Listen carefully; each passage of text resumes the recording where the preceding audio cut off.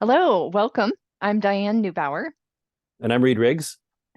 and today we're recording our first episode of Conversations about Language Teaching with Diane Neubauer and Reed Riggs. We Oh, have both, oh, go ahead. oh, sure. Both of us have taught K-12 Mandarin Chinese in U.S. schools. And then I went and got a PhD in language education, finished that in 2022. Mhm.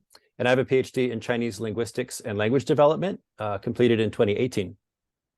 Yep. And then we've both been involved in language teacher training for about the past 10 years, both kind of short-term programs. I've also taught some teacher education courses at university level. Mhm. Yeah, and I'm heavily involved in the Hawaii Association of Language Teachers. I'm currently the president, and I've just been helping out however I can in a lot of different ways with committees on our board. So we both also learned Chinese. Both of us learned Chinese in college, and then by living in China for several years, both of us have taught K-12 Chinese in schools in the United States, and both have been involved in language teacher training for 10 years, as we've just said. So that's the summary of us. Now, today for our first episode, we're going to be talking about an article that I wrote for the Hawaii TESOL, teaching of English as a second or other language, about different ways that we give input in our classrooms. So the title was Defining Comprehensible Input and Its Goals. And the main idea, and I want to thank Diane for helping read two different drafts of it, I think. I think that's right. Yeah. Yeah. Well, you had offered if I wanted to co-author, and at the time I just couldn't do that much, but I could read it and give some feedback points. So yeah, and it's been a topic we discussed before you wrote that too. So that's one reason why I suggested it for the first episode. Yeah. So I'll kind of delve into my thinking on this, but I think that this will easily turn into a conversation that both of us have experience and interest and opinions on. So, if you go back to a lot of teachers watch that video that Stephen Krashen made in the 1980s, where he says, let me do a language demo for you. And so he demonstrates what he means by comprehensible input by drawing a little alien with 3 eyes, and he's speaking German the whole time. Yeah, I've seen him do it like right on his head, like he's like 1 eye, 2 eyes, and then does one up on his forehead. Yeah, and he's being funny, and that's all. And those are all great. And I'm not really trying to judge anyone's input practices in this article that I'm talking about now. Really, what I'm going to get at is that there's a usefulness in using both kinds. And when I say both, there are so many actual little micro practices teachers can do. So I don't want to say that there's just one way or just the other, but I have sort of lumped all these different micro things into 2 major categories. And if anyone wants to parse it a different way and say, actually, there'd be 3, or actually there can do 5. Yeah, that's good too. That's fine. Fair enough. That's fair. But what I'm doing is I'm just, for the purposes of my argument, I'm just identifying 2. And the 2 are what Krashen demonstrated. And you and I had looked at was it Lightbown and Spada book? They have, I think, 5 editions of this book now. The most recent was last year, I think. How Languages Are Learned. I think the first was published in maybe the 1990s, and the most recent was 2021. 2021. So it's a book. Okay. Yeah. And it's been heavily revised. They have continued to update, and I was surprised by how much the difference was between the 3rd edition and the 5th. Yep. So it's a big review good, in a good way. Of just the history of second language acquisition research. It's very thorough. Well, and applied to teaching. Yeah. I think classroom teaching is mostly what they have in mind there. Yeah, it's very thorough. When they talk about, in the glossary, when they define comprehensible input, they mention Krashen's name specifically, and they say, a term defined by Stephen Krashen. It's I'm paraphrasing here, but they say it's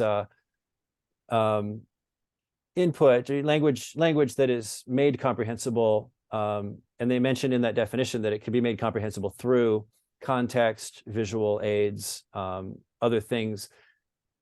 So with that's the first kind of lumped together category that I'm calling one kind of input. In my article, I called it natural input. Again, these are just terms that I have to put some kind of label on it. So that's the label I chose. You had pointed out that it kind of sounds like Krashen because he had the natural approach. And I said, actually, I think that works. And so I went with it. Mhm. But really, it's that natural pace, it's that natural speed, and it's the not expecting students to get every word, not expecting the learner to pick out every single word or even understand every single sentence. Right. As Krashen often said, in that same video, he says, he's very extreme. He says we acquire language in only one way. It's when we understand messages. And he's really talking about that big discourse meaning. And so that's And by discourse, you mean like the kind of the flow of talk the across topic, paragraphs, across the big meaning, conversations. Yeah. the big meaning. Yeah, the big meaning, Hmm. not the little word meanings, but the big ideas being talked about, the topic development or the Right. story, the big Yeah. message. And so I think that it's useful to talk about meaning. That's a different article I wrote called When We Talk About Meaning. But yeah, it's very useful to be clear. Are we talking about word meaning, or are we talking about the big topic meaning, the information structure of like this big idea that we're talking about, which really is Right. the normal way we use language. So I'm not judging. I'm not saying that, Krashen said this, so it must be true. Nothing like that. I'm just saying that Krashen said this, and so we're going to say that's one kind of input. Right. Then And I there's, think yeah, I would say too, I think there are a lot of people that then draw on Krashen and say what I'm doing is based on Krashen's thinking about that. And so you get things like automatic language growth, ALG, where they're really focused on very much on message level comprehension, not word level comprehension, not phrase level comprehension, really. And they really want you to be in this kind of zone of general understanding that progresses eventually towards word comprehension, that eventually moves towards output. And they have evidence that it does that. But that thinking is kind of one take on that sort of input approach. yeah. Um, Story listening is another one.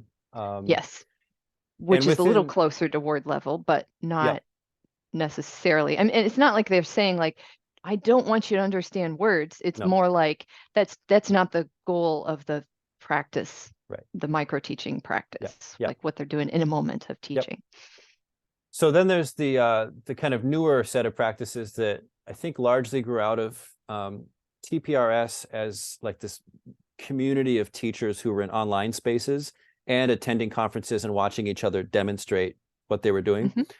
And it was Yep. very sensitive. I think it was very sensitive to the feedback of teachers sitting as learners in the demos, and also to what teachers were seeing that their students in the classroom were responsive to. And it's Yeah. really focused on, they wouldn't call it this, some of them call it now, but the interaction, the ability to interact, is that students couldn't participate in interaction when they didn't understand the exact question being asked. And so the Right. teacher would then check, oh, do you understand this word? Do you understand that word? That then got justified to say, well, we only acquire if we understand every single word. I'm not going to say that's wrong either, but it's a different point of view. And that kind of makes up the other camp in terms of how to give input, is that students have to understand every single word. And Yeah. And maybe not, they might not be able to define every single word if you pulled it out and said, okay, now tell me exactly what this means in every context. But no, but in that context that they yeah, heard that question, they've got a sense of how they might say that in their own first language, or hmm, they can respond to it with yeah, logical, yeah, complete answer at their yeah, proficiency level, something like that. yeah. And I think that is still couched in that Krashen concept of like attention to the message. It's Hmm. that we're not saying, I'm not going to check that you know this word across a bunch of different contexts. It's that we're focused on how does this word support this message right now, support my question I'm asking you right now about this bigger message right now. So I think in that sense, it still follows what Krashen said about attention to message, but it's much more meticulous in saying, are they understanding everything I'm saying about the message? Yeah. It's another interpretation of, how clear are they about the message? If I can tell you a whole story and you're paying attention to the message, but then I ask you to write it out for me, like what was the story I just told you? And what you write really doesn't match what the story was. There was attention to the message, but not clear understanding of the message. Now, this Hmm. was all hashed out by Michael Long back in like 1983, when he said that how do we most clearly give comprehensible input? How do we give input that is truly comprehensible? It's through it's interactionally mediated, where students can show if they understood, how they understood, teachers Yep. and people can then modify. So I would say that the the TPRS, the CI teachers that, again, while they won't themselves often say this, I think they're more aligned with what Michael Long was saying, is it's through interaction that we clarify the meaning of pretty much every sentence, at least. Right. So Yeah. So when you're yeah, saying Michael Long, then you're talking about kind of he's known for the interaction hypothesis. right. And his idea was that input was what is it? Necessary but not sufficient. That what was needed was this kind of interaction, but it was a very specific kind of interaction. It was this sort of negotiation of meaning so that the learner is able certainly to understand the Yeah, message, that kind of along those lines. And I agree with you. It looks yeah, like a lot of language teaching practices in K to 12, at least, that I see in the US and elsewhere, often draw on that kind of idea, maybe not thinking that that's what's going to cause cognitively language sure. acquisition to happen, Yeah, but they're thinking practically, yeah, I need these students to really be involved, to be engaged, to be yeah, participating, some kind of phrasing like that, yeah, so that then that interaction becomes this piece that's socially important. yeah, And then that's another little branch of yeah. thinking I, about SLA that goes off in that direction. I, But I think it's that practical issue of the teacher trying to keep kids who are kind of locked into a classroom, not literally, hopefully, well, but they're legally. yeah, I mean, Yeah. sometimes we have lockdown drills. But the idea is that they are there and they don't have much time. Hmm. They don't have a really willing audience necessarily. They Hmm. need to be interesting, engaging, and highly comprehensible Hmm. because they work with an audience that demands it.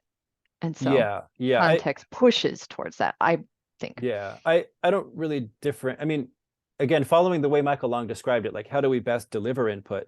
When we say then that input is um, necessary but insufficient, and therefore interaction might be sufficient, it's sort of like saying uh, like like comparing water with orange juice. Orange juice contains water. Mm-hmm. Like interaction contains input, and so to say that input is Yeah. insufficient, so but, the way I interpret that is that we're saying that that Krashen way of giving input is insufficient, but that an interactional Or way of giving yeah. input is sufficient. So I think we're comparing Yeah. input as just language versus input as a teaching practice. Mm-hmm. Um, True.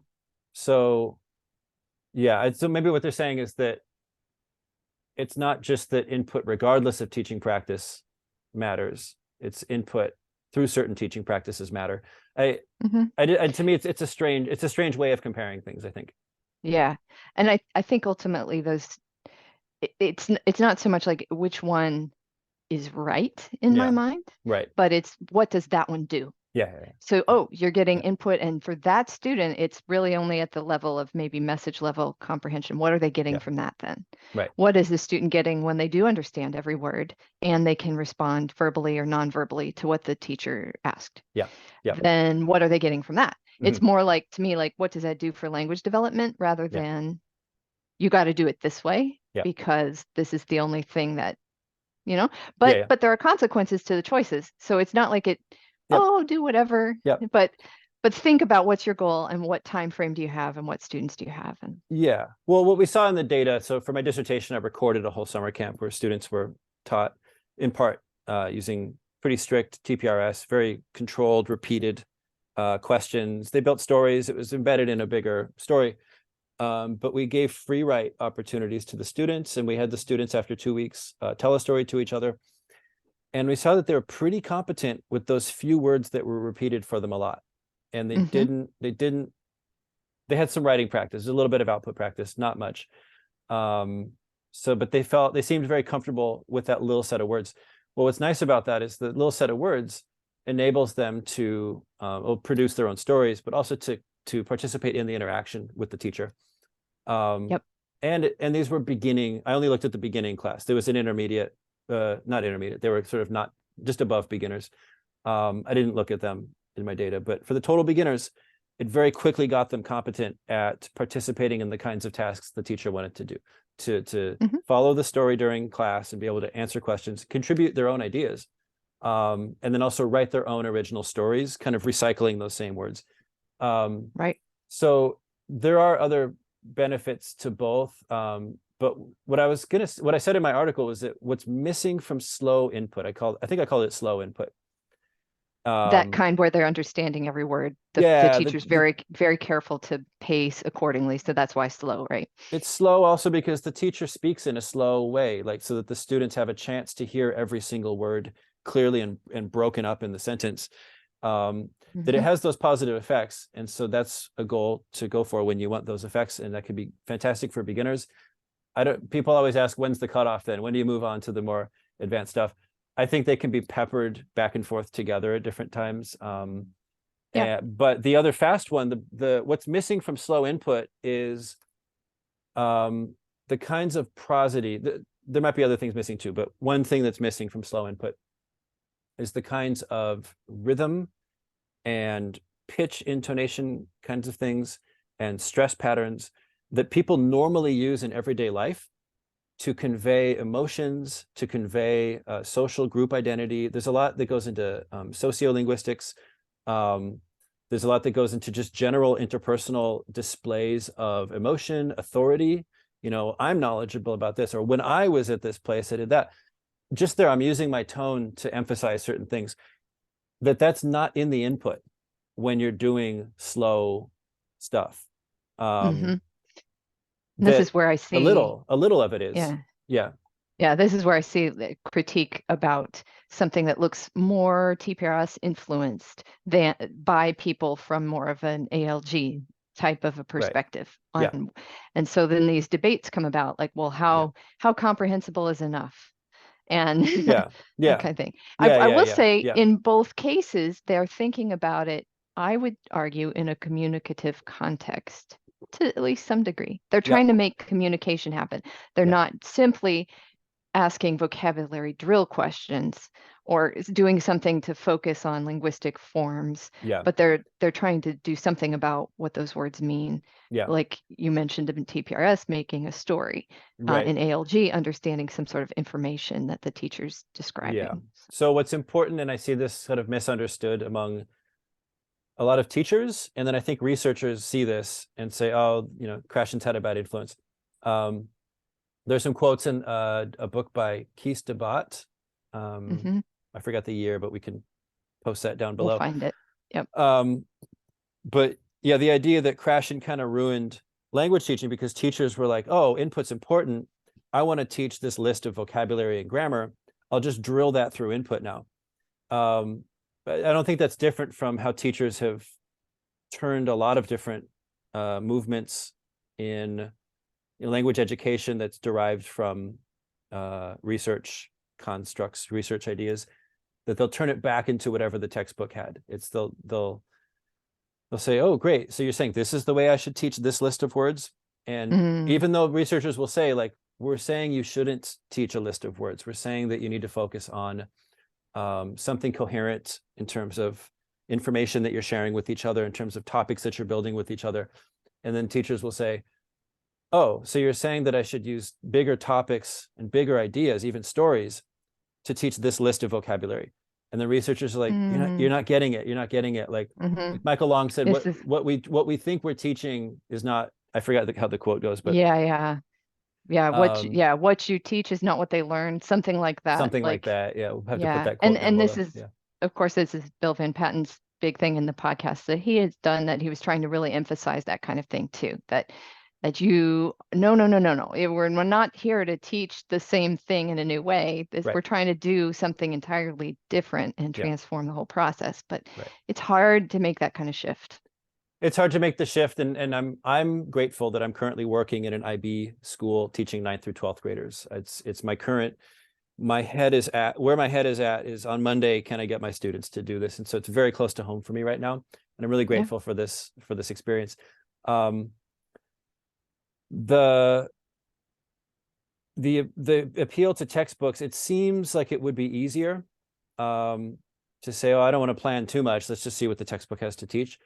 I wrote about this in a different article for Hawaii TESOL, that there's a lot of things we do that turn a curricular sequence into something that prevents us from ever using something again.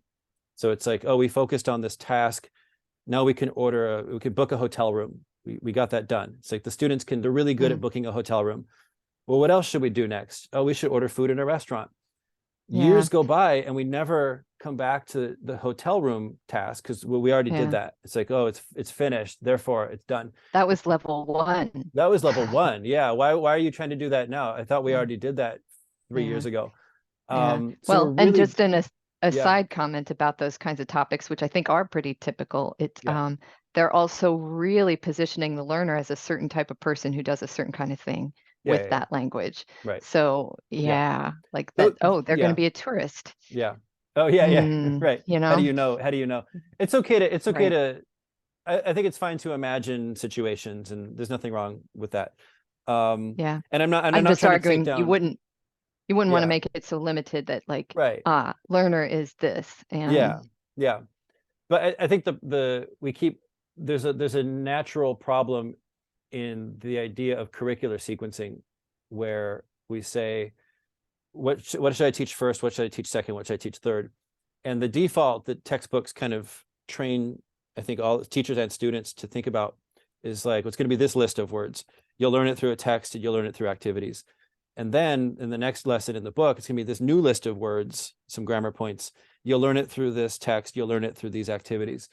And when we say, oh, no, no, no, we shouldn't teach this list of words through text and activities, we should teach this list of words through a task, or we should mhm, teach this list of words through a story, or we should teach this list of words through a conversation with each other.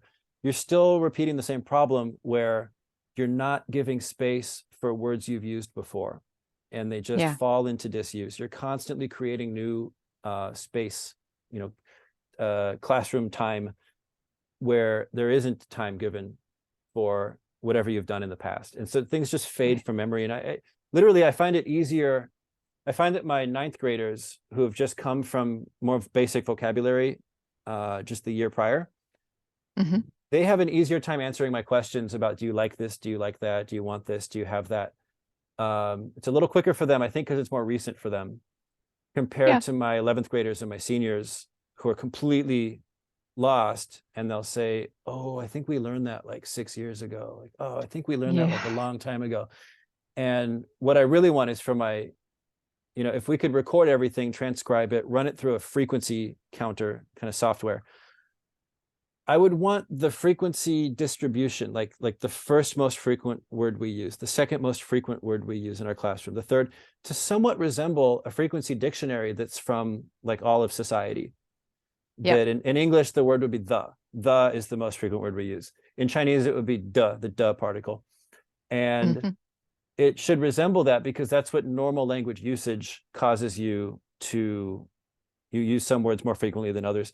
That's not happening when, as a teacher, we're saying, okay, how should I best teach this list of words? How should I best teach Right. this list of words? So input becomes irrelevant. It's just as, yeah, what I think is nice about crafting a story with students is that even if you have a target verb and you say, today I have one target verb, we're going to really drill this verb. There's a bunch of recycled language happening on the periphery, like all Oh, for around sure. that verb. It's like there's a bunch of other like question words that are naturally getting recycled. There are a bunch of other, and also the pragmatics of like asking a question, and the teacher's kind of trying to like tease or challenge the students with ideas where the students will be like, what? He wouldn't do that. And the students Yeah. will kind of Doing the push back, unexpected kind of stuff. Yeah. unexpected stuff. Students will kind of push back with ideas, and there's a bunch of naturally recycled language happening around that. So that's where I think that I think that a lot of TPRS teachers aren't actually falling into that old trap of like, how do I teach this list of textbook words? Yeah. You So absolutely don't have to be, that's for sure. But yeah, I think because that's sort of the default mindset of a lot of students and a lot of teachers based on the traditions of the way that they experience language teaching themselves or the way they were tested.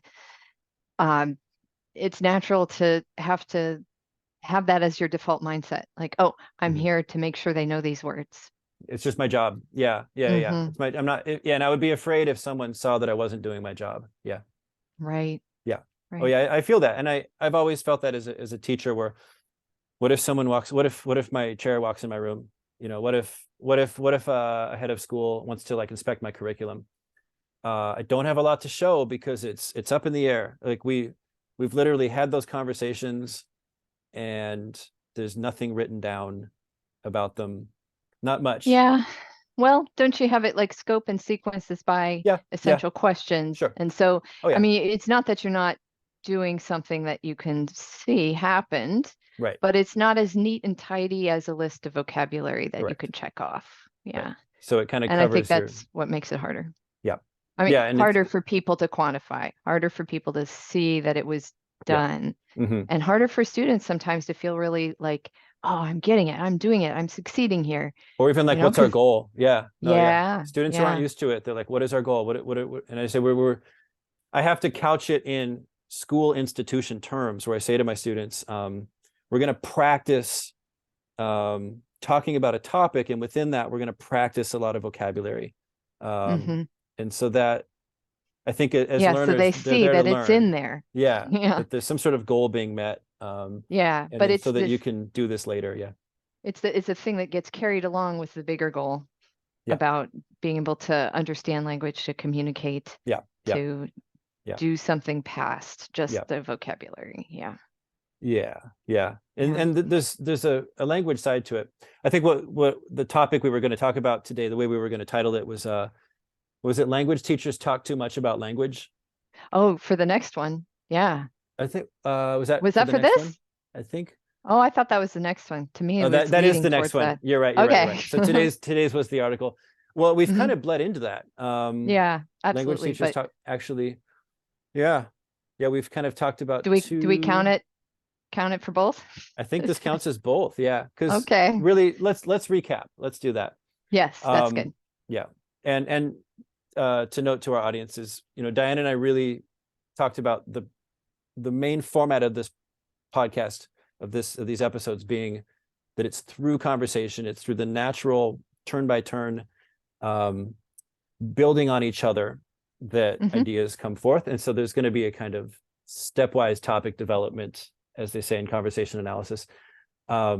where Which one we'll have to idea leads to explain the at some next. point. One idea Yeah. leads to the next. That's all it is. Yeah. Yeah. Yeah. Yeah. So it can be a little roundabout, but let's bring it back then to, this was an article I wrote called Defining Comprehensible Input and Its Goals. And at the end of the article, I mentioned that comprehensive input is a term that I wouldn't call it a term. It's a misspeaking, but I want to Yeah. make it a term. That I think that it's good to have both kinds of comprehensible input, the natural kind. I don't want to call it fast because I'm not saying you should try to speak super quickly, but Right. natural, there are things that happen also when we speak naturally. We leave out a lot of sounds. I've heard students ask when I play news clips in class. News is fast, it's really fast speech. And they'll say, oh, can you slow it down for us so we can get all the sounds? And what they quickly It's not always realize there. is that those sounds are not in there. Yep. Hmm. So if I'm Yeah, you talking have to to a kind of fill friend, in. yeah, our brains can fill it in because of all of our experience observing language use, all of that input. So if I tell a friend I'm going to go now. If you slow that down, you're not going to hear, I am going to go. Right. Those sounds were Yeah. never in there. It's, I'm going to go. And that happens all the time. I love in English, we say, or I don't know. I don't know. Yeah. I don't know. Yeah. Yeah. My, Yeah. Where English becomes a tonal language right there. it becomes tonal. It's our one tonal word. Yeah. My department chair was saying, well, in Japanese, we don't have that because we speak pretty clearly. And I said, well, what about something really frequent, like I don't know. And she goes, oh, wakarimasen. And I was like, There you that, go. I was like, so it's wakarimasen. And she goes, yeah. And I was like, but you just said wakarimasen. And she's like, yeah, wakarimasen. I was like, your brain is hearing those Yes, you sounds, but think your you mouth have the is sounds not in there, but you're not. producing those No. sounds. So what's nice about natural input is that we're not trying to say all the sounds faster. We're actually presenting to students the normal ways people leave out certain sounds. Yeah. It's a different Yeah. kind of input. So comprehensible input means that you're saying, I got to make some activities where the students have the freedom to listen without being pushed to interact. Because when we push them to interact, now they actually need to understand a lot more. It's okay to understand it. I hear teachers say, is it useful to make language less comprehensible? That's not the goal. And that's not even the main, that's a byproduct. It's not that we're trying to make it less comprehensible. That's a sad side effect that it's less comprehensible. It's that we're trying to get them to hear more normal language usage. and Right. provide that in their input. And then the side effect is that it's less comprehensible. So you're not chasing, because if the goal was that it's less comprehensible, you'd provide fewer scaffolds to whatever you're doing. And that's not the goal. It's just that their input should include some natural sounding language. Yep. So, And then also have that highly comprehensible language that they can really engage with and interact with, yep. interacting both through what they can say, but also through their body language, their laughter, their surprised eyebrow lifts, and all of those things too. Yeah. If the teacher asks a question, it's like, what should happen next in our story? It's an invitation to all the students. If, half the students don't understand the question or haven't understood the story so far, they're barred from What can they do? participating in that moment. They can't really contribute. And so then it's the ones who are understanding the question, have understood the story so far, they have the privilege of contributing to the story, and it becomes their ownership. Like they end up owning the story. So and you want them all to be able to. yeah. So there's other sort of, community goals and whole person goals that are going on. And I see our timer is going to go off in less than a minute. I'm glad we're on a timer. So this is good. Let's wrap this up. So normally we will have our next topic in mind. I think today we ended up sort of connecting to both. Most of what we talk about will connect with a lot of different things.